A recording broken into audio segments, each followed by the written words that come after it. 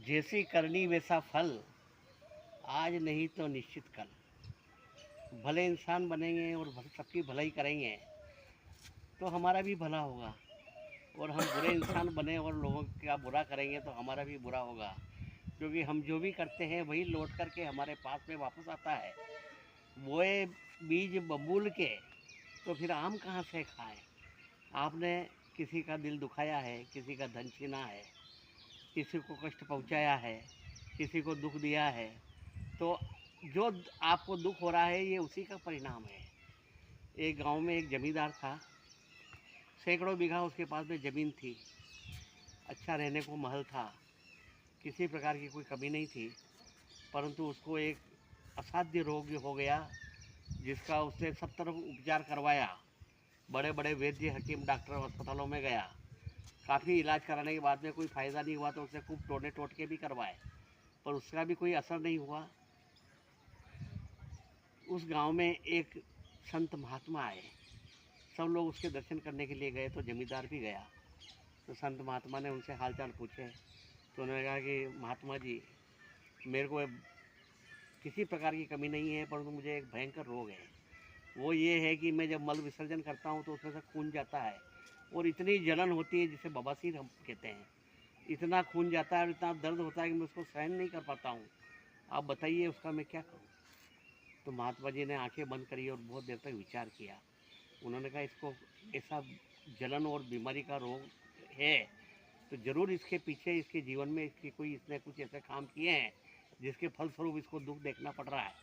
तो उन्होंने पूछा कि ये बताओ, तुम सोच करके, क्या तुमने कभी किसी का दिल तो नहीं दुखाया, किसी को दुख तो नहीं दिया, किसी का हक तो नहीं छीना, किसी के पेट में छुरा तो नहीं घोंपा, किसी की संपत्ति तो नहीं हड़प कर ली, ये तुम बताओ। तो बहुत देर तक वो जमींदार चुप रहा। उसके बाद में फिर उसने कहा कि शर्मसार हो गए कि मेरा भाई बड़ा वाला मर गया और मेरी भाभी विधवा हो गई। तो मरने के बाद में मेरी भाभी जो है उसके पियर चली गई।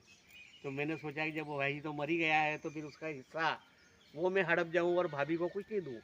तो मैंने भाभी को कुछ दिया नहीं और उसको निर्वासित कर दिया, बेदखल कर दिया, और कुछ भी उसका हिस्सा नहीं दिया। तो उन्होंने कहा, बस ये जो दिन रात तेरी भाभी जलन करती है, रोती है, कुड़ती है, उसकी सजा तेरे को इस तरह से मिलती है।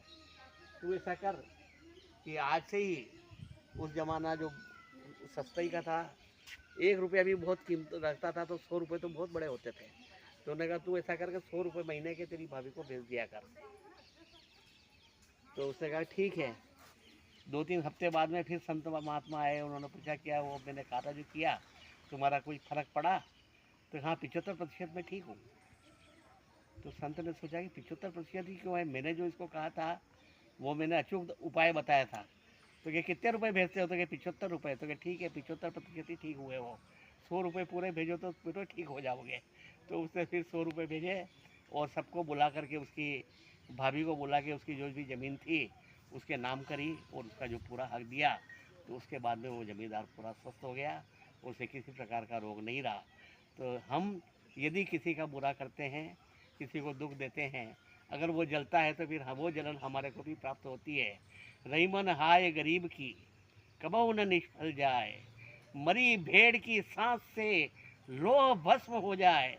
मरी हुई भेड़ की सांस से भी लोहा भस्म हो जाता है, पर यदि कोई जिंदा आदमी आपको बद्दुआएं देता है, आपके ऊपर निशान डालता है, आपके वो आहें भरता है आपके दुष्कर्म के कारण, तो निश्चित ही आपका कभी भला नहीं होगा। इसलिए हमेशा जीवन में अपना चरित्र उज्जवल बनाए रखें और किसी का धन न हड़पें, किसी को दुख न दें। यदि आप सुखी होना चाहते हैं तो सभी को सुखी रखें।